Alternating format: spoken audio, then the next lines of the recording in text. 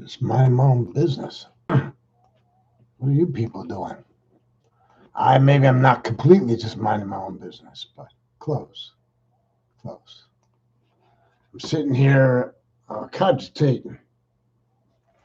For those of you lesser educated, that doesn't mean I did anything bad. Okay. If cogitate is new to your vocabulary, I welcome you to look it up. Enjoy the adventure. Join in the fun. Speaking of joining in the fun, it's Friday night. It's 6 p.m. It's April 2nd, 2021. My name is Ken Goldberg, and I'm about to podcast live. Imagine, I'm podcasting, and while there's only, at best a half a dozen you might listen, the fact is, I could conceivably seen all over the world. The entire globe could tune in if they wanted to, if they were inclined to. I'm just saying, imagine I'm sitting in my home in Dallas, Texas, a modest home, I assure you. Nothing palatial about it. There's no media here, and I don't have any public media. I don't have mainstream news reporting on me. By my little old self, just sitting here. I could broadcast the entire continent and then other continents. They could be listening to me in Thailand if they were so inclined. That's amazing. That's amazing. That's amazing. All right. So, on with whatever it was I might talk about if I'm inclined to talk. The problem with being obstinate, as I say that, like, oh, I might hold out, I might not talk, like as if the alternative is I'll sit here silently until you talk. Problem is, you're not here. How uncomfortable could you get? If I did that, you'd probably just turn on some music and go away. So that won't work. So, a hollow threat, right? I might not sit here and talk. I might not, but if I don't know to what? Oh, okay. Let me put this on silence for now. So, hi, Kathy, Lisa, Rachel, Debbie, everybody. So, where I was going. Oh, so I think it's phenomenal, albeit it points out how unpopular I really am. But I don't dwell on that. Let me just kind of enjoy the moment that perchance somebody no, you can't get this in China. China actually doesn't allow access to Facebook. I don't think they allow access to YouTube. I met some young kids, when I was at the Buddhist temple in Chiang Mai, Thailand. A group about 10 of them, really bright kids, and they were with their teachers, and they were visiting from China. And we were taking pictures. I took pictures of them. I posted on Facebook. They took some pictures of the monks and stuff. And the question came up, can I friend you on Facebook? Not me, but and the teachers immediately said, we can't access Facebook in China. No, no, no. So I don't remember if there was some sort of meeting of the minds, but if there was, it wasn't Facebook. And so I don't think they would get YouTube either. All right. So let's eliminate China and North Korea. It probably won't get to see me no matter what, right? So I'm here. You all are somewhere else. None of you are here in my house. You're incapable, absolutely incapable, factually, of listening to me in person. So here we have this media, this method of communication that is digital in nature and worldwide in scope. And I'm not the only one can do it. So could you. Also, so can every freaking white supremacist, every anti-vaxxer, every anti-masker can do it too. Therein lies the dig of globality. And I don't know if there's such a word as globality.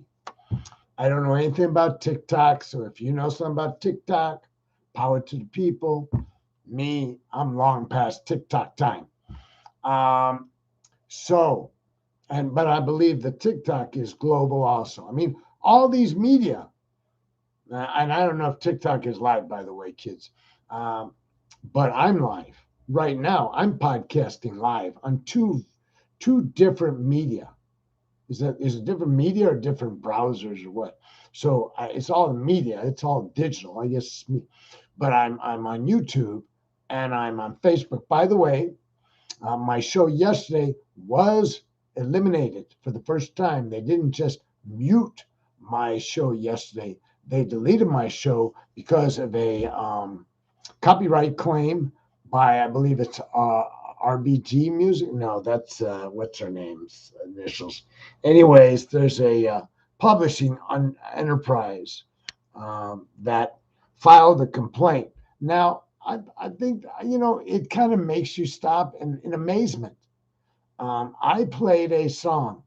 It's called Do You Want to Know a Secret by the Beatles. I've played numerous songs in the past year at the threat of being muted and being muted, not just threatened. I was muted, I'm sure. But I was not deleted because I'm not for profit. I do this strictly for fun. You don't pay me. I don't sell time to advertisers. So so whatever happened with YouTube with this copyright claim, I put it on Facebook. You might have seen it. It took me all day to bother posting it because I didn't even know if I would. So that's some juju, man. You play a Beatles song, you've got to be ready for what comes. On the other hand, I believe you can play a lot of the music if you're muted at best. That's what I think. For instance, I thought about this song yesterday, but I didn't play it in the lineup. I held back because Passover's not one night.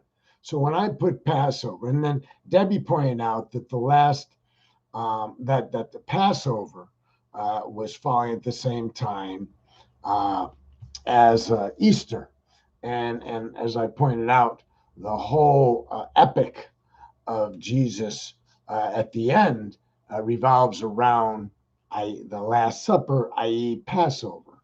So I thought it was kind of cool that you could listen to the Maccabees. They're just like a cute little group, right? But anyways, this is a song that I sing a lot when I'm on my bicycle.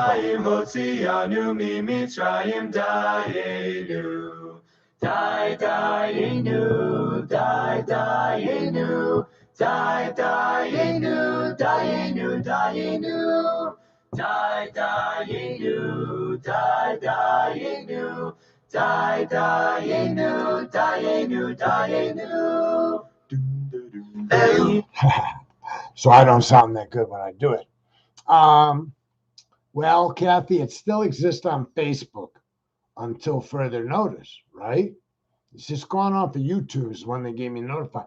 But I think what I started to say is I don't know how they caught that. I'm not, they must have, computer surveillance, right? There must be something in existence which scans every freaking podcast or post that's got music in it and catches something like, do you want to know a secret? Think about it.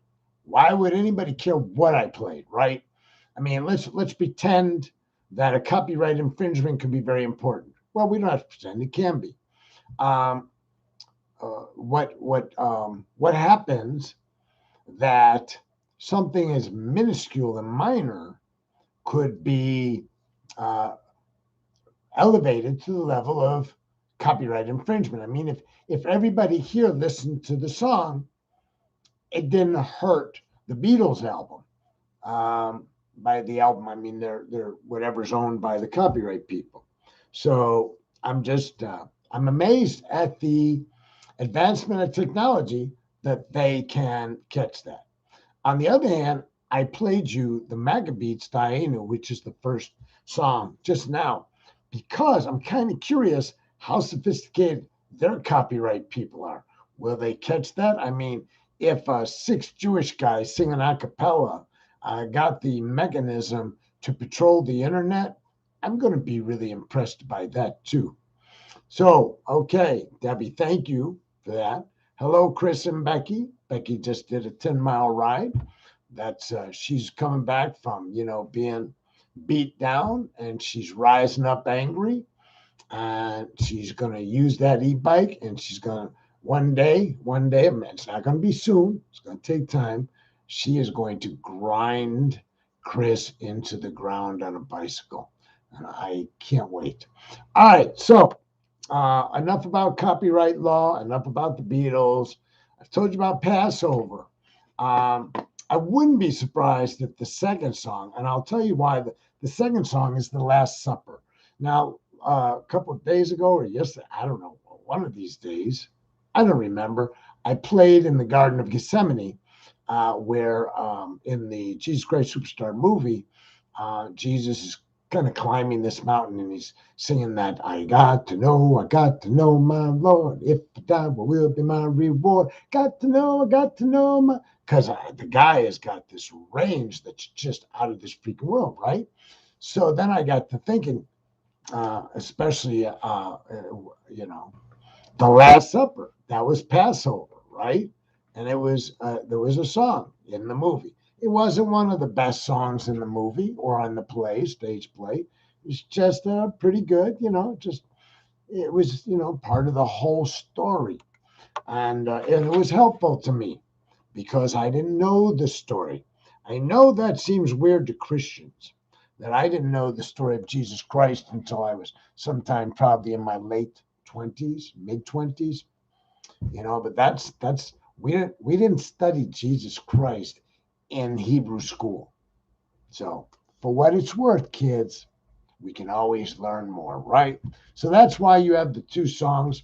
Why don't you have a third song or a fourth song, like I do some nights? Well, I'm going to tell you why. I ran out of ideas. It's just that simple.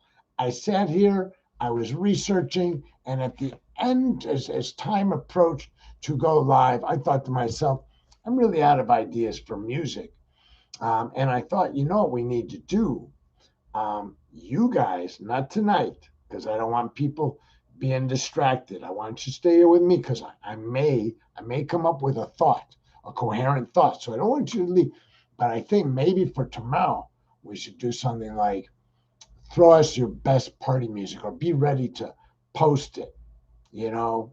And maybe what we can do is tomorrow night, if you got some music that you could post the links to, we could do it knowing that we're going to get blown out of the water by Facebook and by, I mean, it'll be a party for those that arrive, and anybody that goes looking for it later on won't find it, and they won't know why they didn't find it, and that they deserve that because they won't have been here. I'm just thinking that might be a fun thing for Saturday night. Is y'all throw a couple of links up, we'll see what kind of taste you have. You kind of know my taste already. It's very eclectic. I say that with a certain amount of grandiosity, right?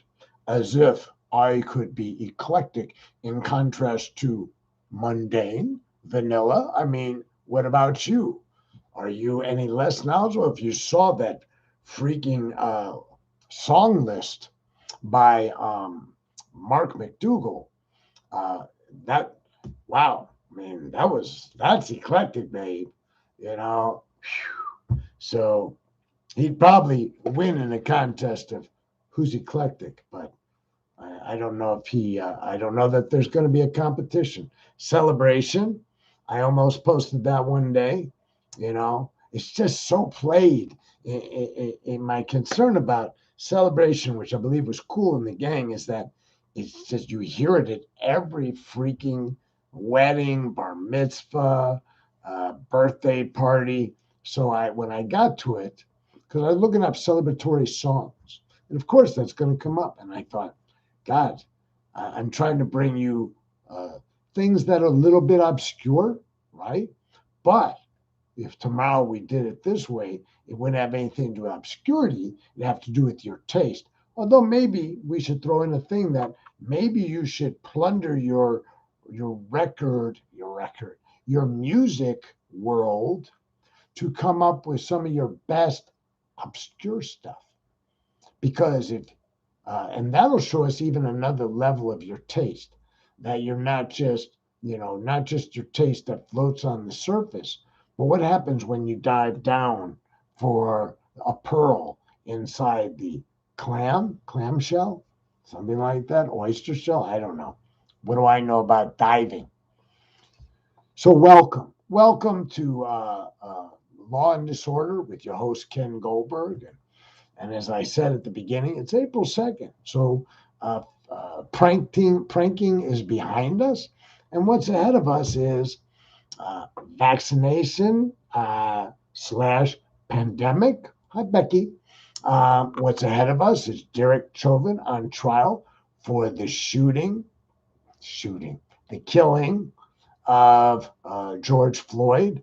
What we have ahead of us, let's all cross our fingers together and let's knock on wood that Matt Getz, who we already knew was Slimeball, but we didn't know the depths of his sliminess. Now that we know sort of the depths of his sliminess, I think we cross our fingers and hope that they get him with the goods.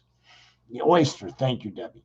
So here's the thing about Matt Gates, whatever his name is. I don't really give a shit. I don't want to throw Matt Gates under the bus for paying for sex. A lot of people pay for sex, and I don't have a judgment on that. I know from being very close to the sex industry, not having been a pimp or a prostitute or anything like that, but I've been very close.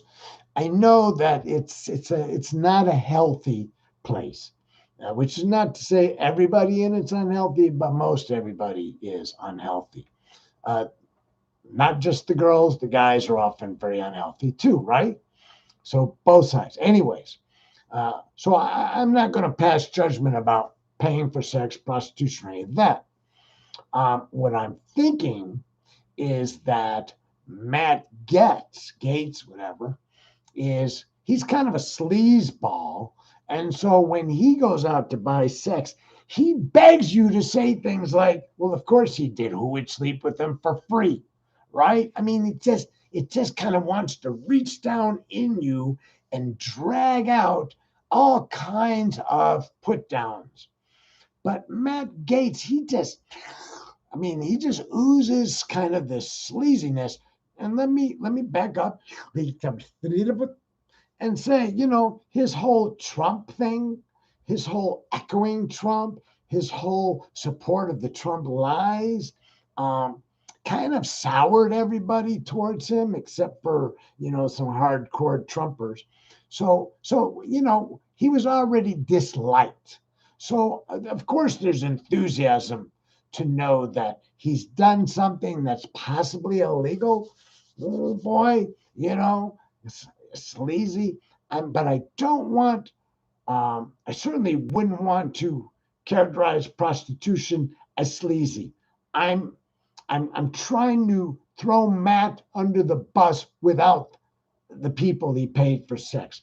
They're not saying the name of the site that he used, but by description, they're talking about sites like sugardaddy.com, where men with money go and sign up, and women who are looking for money go and they all set up their profiles and they're the meat. And so you're supposed to convince the woman that you're capable of being a sugar daddy, and she's supposed to convince you in her profile that she's worthy of it. Now, how do I know this? I told you, I was sitting beside all kinds of adult entertainers, from pornographers to dancers to prostitutes to whatever it is, nightclub owners, and I drank. What I was doing at the time was I was killing time after selling my business. I had money and I had nobody. I mean, I wasn't working. What am I going to do? So I had some friends who were in the nightclub industry, the strip club industry. And so I would go during the daytime. I would sit, I would talk to girls. I might buy them a drink. I never bought a dance. It just wasn't my thing. I gave them shelter from the storm. It wasn't uncommon for girls who had no money to call up and crash in my spare bedroom. And they can all tell you to a one. I didn't take advantage of anybody. Ain't nobody ever accused me. I never slept with a single one of them. Uh, I got high with some of them, but I never ever. I mean, first off, once you meet a prostitute or a stripper per se, and you get to know them, you will typically find that they have been um, violated, okay, emotionally, psychologically, physically. They've been through the ringer. And somebody once asked me, since I owned one of the clubs, I knew dozens of ladies that danced. Why wasn't I going with these women? They were coming to my house, they were sitting at my table. What was the deal? And I said, well, once you get to know them, I said I would feel like a predator sleeping with some of these women. It just seems like I would, thank you, Debbie. It just seemed like I would be uh, uh, harming. Harm is not the word I was looking for, but it says it's the same thing. I didn't want to participate in that, so I just but I will tell you that I got tired of my CDs being stolen. Sometimes my drugs were stolen. Sometimes I would guess a little money was stolen. In the main, considering how many people I let come in my house and how destitute and desperate some of them were, that I didn't wake up to an empty house is uh, probably a gift from the gods that they were looking after me because I didn't show a great deal of sense. I had more money than sense. So but Matt Gates, he's a special kind of slime. He is exactly it. You asked me earlier meaning days ago or months ago, but you asked me um, what do you think of Matt Gates? I would have been harsh, but I would have been harsh in the same way that I was harsh about Trump, in that they're the kind of guys, and Ted Cruz and Josh Hawley, they're the kind of guys that if I was in a bar still, like a strip bar, and they were sitting there anywhere where I could hear them, like sitting at the bar, sitting at a table near me, and they were doing the kinds of shit, talking the talk that they talk, I would have hurt their feelings first, and then would have welcomed the opportunity to hurt them physically. And let me explain what I mean. Like now, Matt Gates is being accused of showing pictures of naked women that he paid to have sex, and showing them to his colleagues. I'm 68 years old. I would bet the bank that this kind of a mixed thing to say. I've probably slept with more women than Matt will ever be able to sleep with. I never showed a picture, naked or otherwise, to another man and ever expressed any thing about sleeping with that person, having sex with that person. I never talked out of school. Let's eliminate the pictures. I've never sat with a group of guys and talked about my sexual, for lack of a better word, conquest or engagements or participation with other men. It just seemed low class. It didn't just seem, I feel like it is. I've had men try to do it around me, but I usually get uncomfortable very quickly and say, yeah, I don't really want to hear this. It feels like a violation. Yes, Exactly, Debbie. You don't kiss and tell. And thank you, Kathy. Um, yeah, that's, I don't know if I was brought up that way or where I got it from. So I don't like braggarts. So I don't the kind of Trump person who would have sat at a bar and said, I graduated, I was the smartest guy in my school. Oh, did you graduate magna cum laude? No, no, no, I didn't have to do that. I was just the smartest guy. I'm the smartest realtor or developer. I'm the richest guy. Whatever it is that you've heard Trump say publicly, publicly.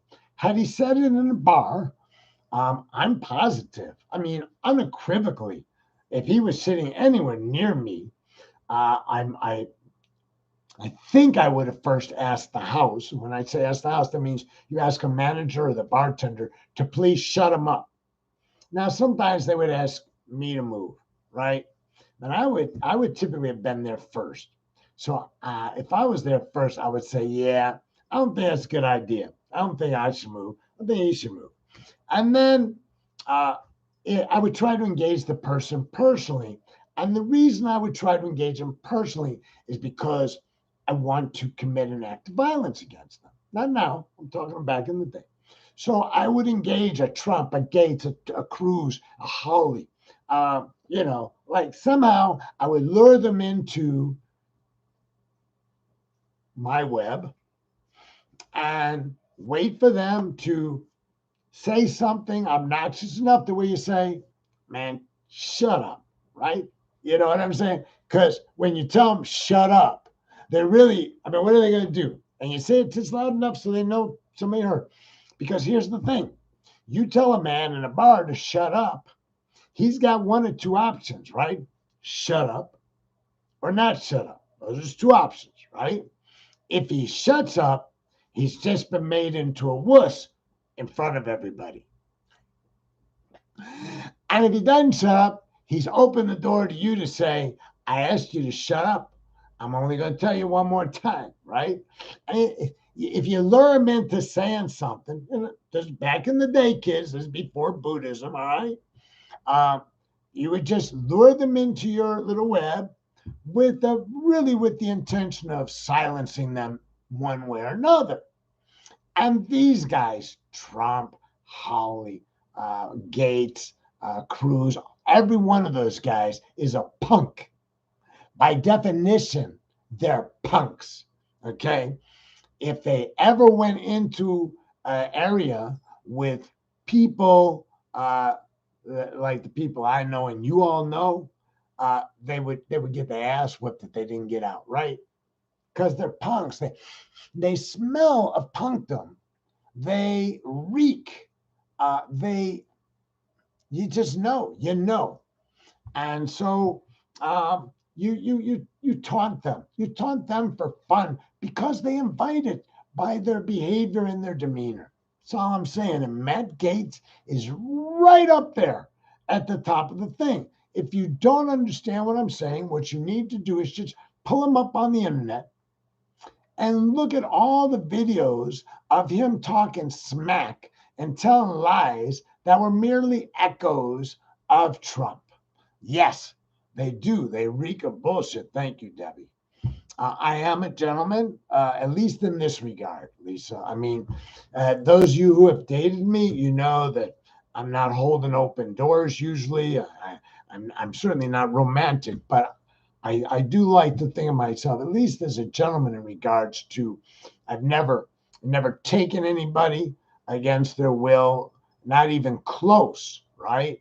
And I certainly have, like as I've said, I've never spent 1 minute of my life bragging about a sexual conquest. And I'm using the word conquest because that's kind of the ambiance, the verbal ambiance that it has.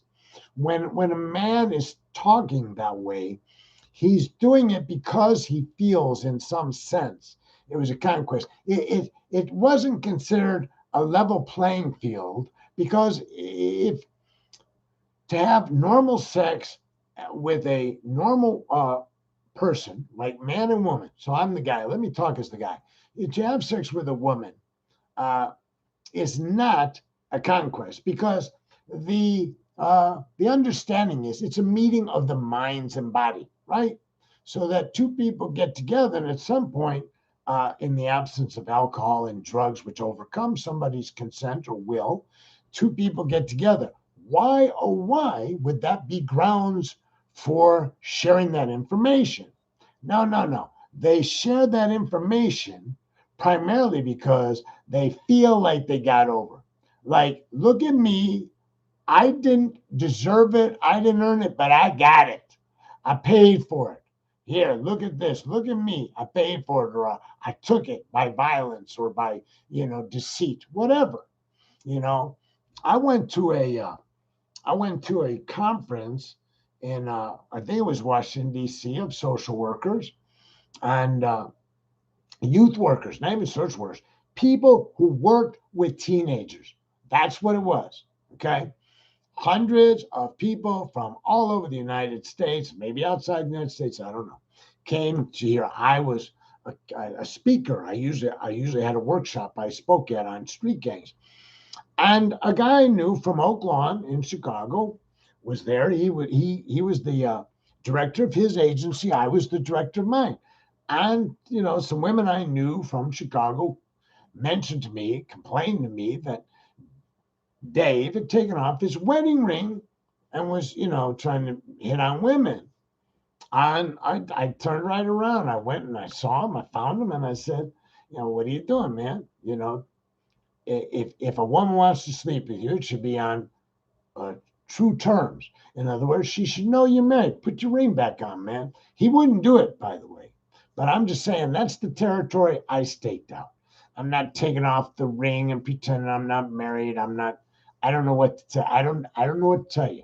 I don't and never did see the value in convincing somebody to sleep with an illusion. Okay, to have sex with an illusion I might create. Just seems to me it's kind of like giving somebody a drug so that they lose their ability to really make an informed decision. Uh, Sex, the way we uh, should approach it, should be two, three adults. I don't care. Adults. I should just leave it at that. Adults who have informed consent and are agreeing to sex. Now, interestingly, Minnesota Supreme Court just ruled. Pay attention. You drifted off. You thought I was just rambling. I'm not. Okay. The Minnesota Supreme Court, pursuant to a statute on the books in Minnesota, just vacated a conviction of a guy who had sex with a woman who passed out as a result of drinking 5 shots of vodka. Here's the law. You can't be guilty of sexual assault, having sex without consent or against somebody's consent, if they willfully engaged in the drunkenness that caused them to pass out. Yeah. So you sitting around and you get drunk. If that person didn't slip you a Mickey, as we used to say, they didn't, ply you with drinks, they didn't sneak something in your drink, all that bullshit. If she sits there and says, "Yeah, I'll have another drink," and she has 5 drinks, and then you offer a ride home and she passes out, you can have sex with her, apparently in Minnesota. And I know that as you're processing that, you're thinking, that's fucked up. And I'm just agreeing with you.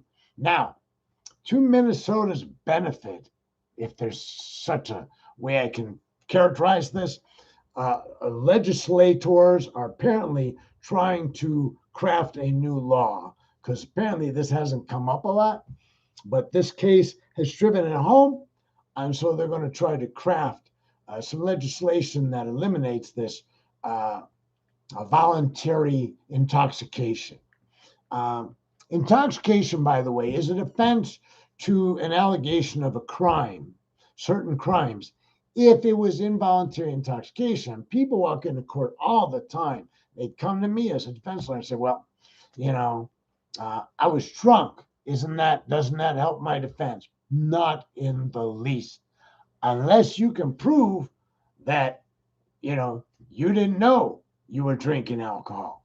So if you can convince a court that you were sitting somewhere and somebody was giving you drugs or alcohol covertly, you didn't realize it, and as a result, you got drunk. That's called involuntary intoxication.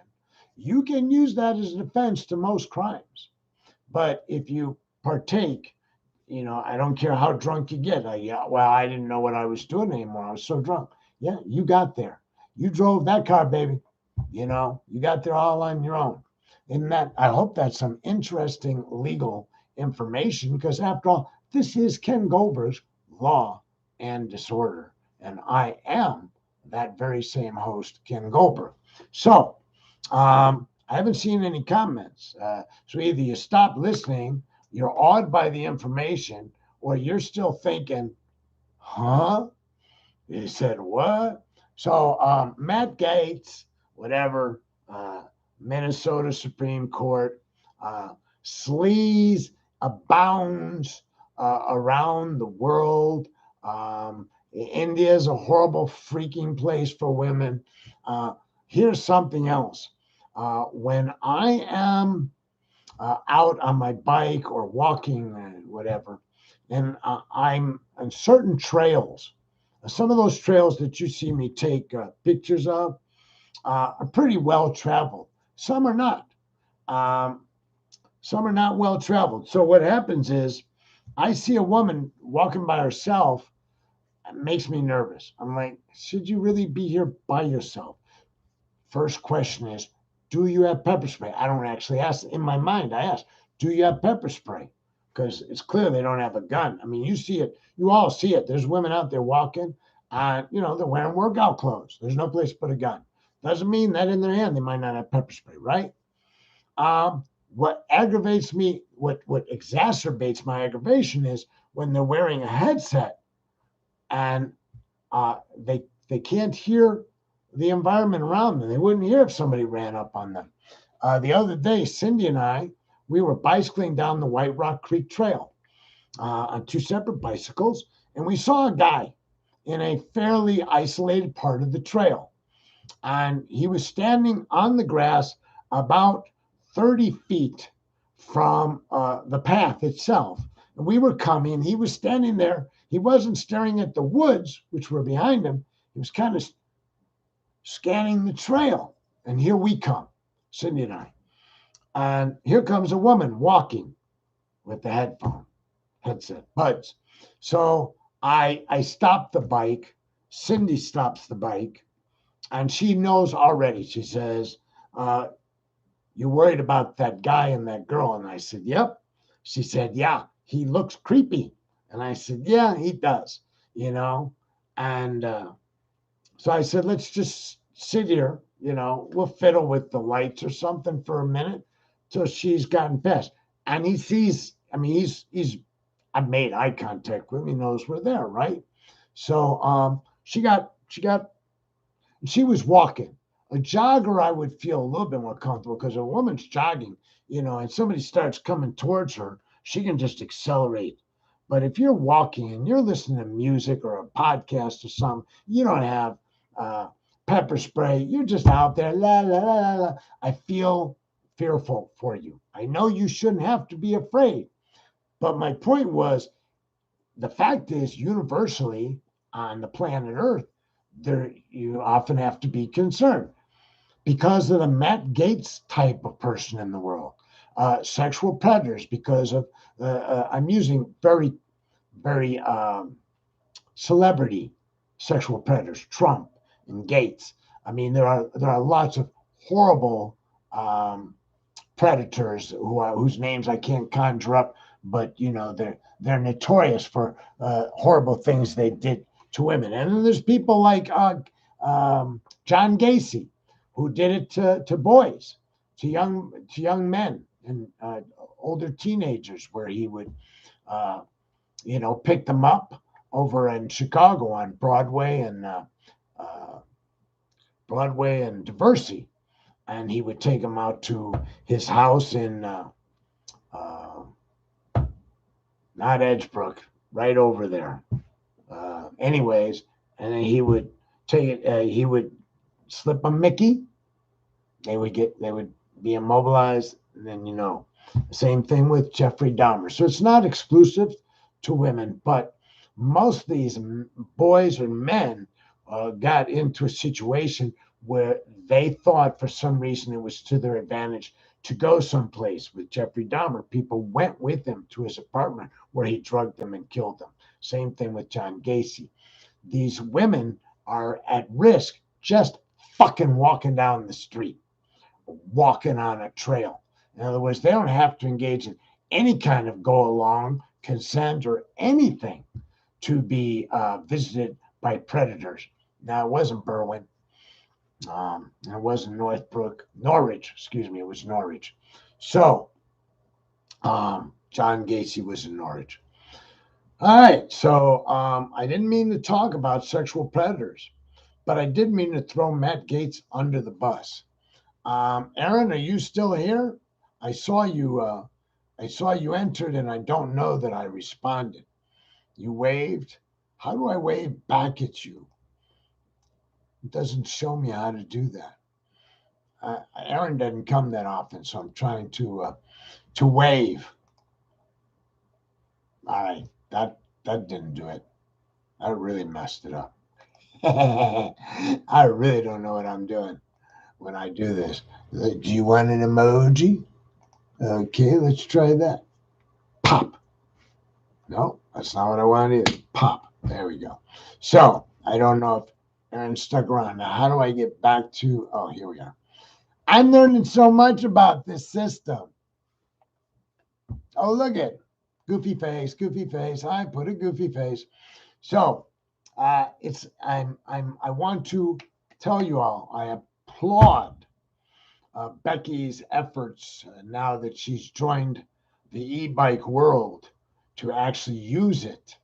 And I applaud because, okay, I didn't know if you were still here. You don't come that often, so I wanted to make sure I acknowledged you, Aaron.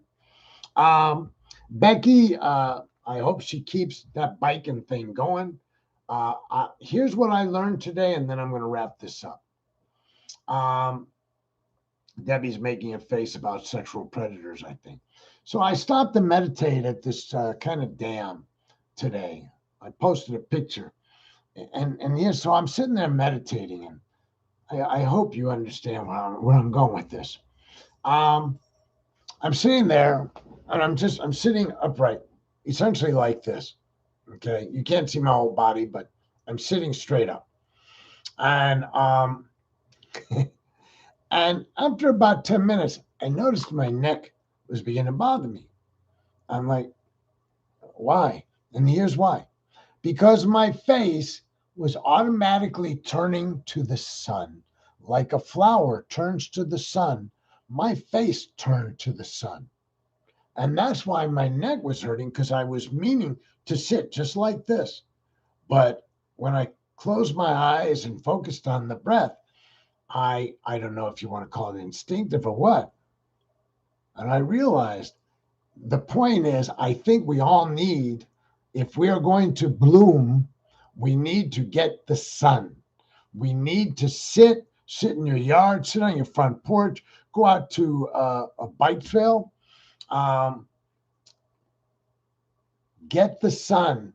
And you'll find you all have done this. You all have been walking somewhere, and all of a sudden you stopped. I'll bet the bank, pinky bet, that at some point you just stopped and you kind of put your face up to the sun.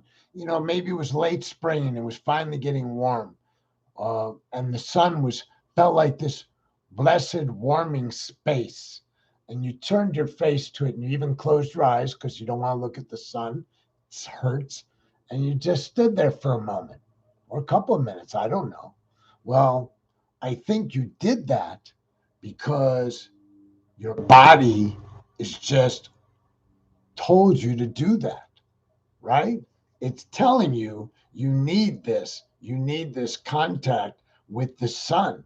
It's got whatever it's got in it that plants look for. I think we as humans are looking for it too.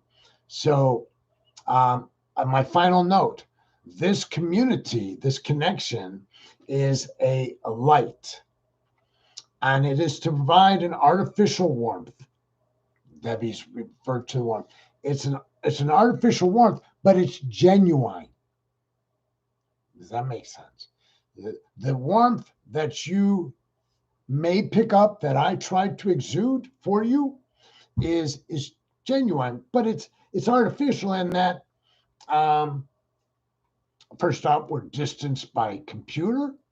We're distanced digitally. Some of you I've never met. I just know you through the internet. Um, but and artificial may be the wrong word. I'm not sure what the right word is. Um, I can't think of a better word.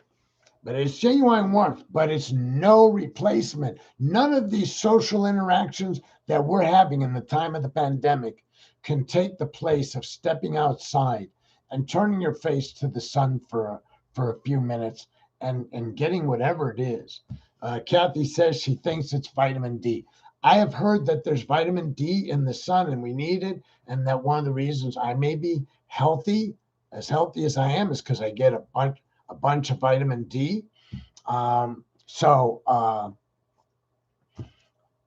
don't know what it is. I think it's a combination of things, Kathy. I think it's warmth. I think it's just something about sun, life giving, because without the sun, we're extinguished.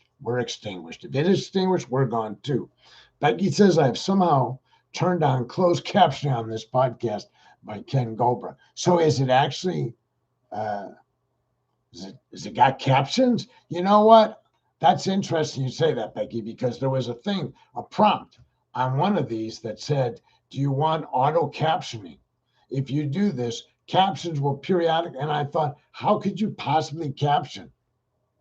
Anyways, thank you, Debbie. I am outside a lot. And I'm right at the moment, knock on wood, I'm healthy. I'm not, I gotta go. I gotta let you go before I do. I don't believe for a minute I can't wake up tomorrow and they'll tell me I got something, uh, disease, right? Cancer.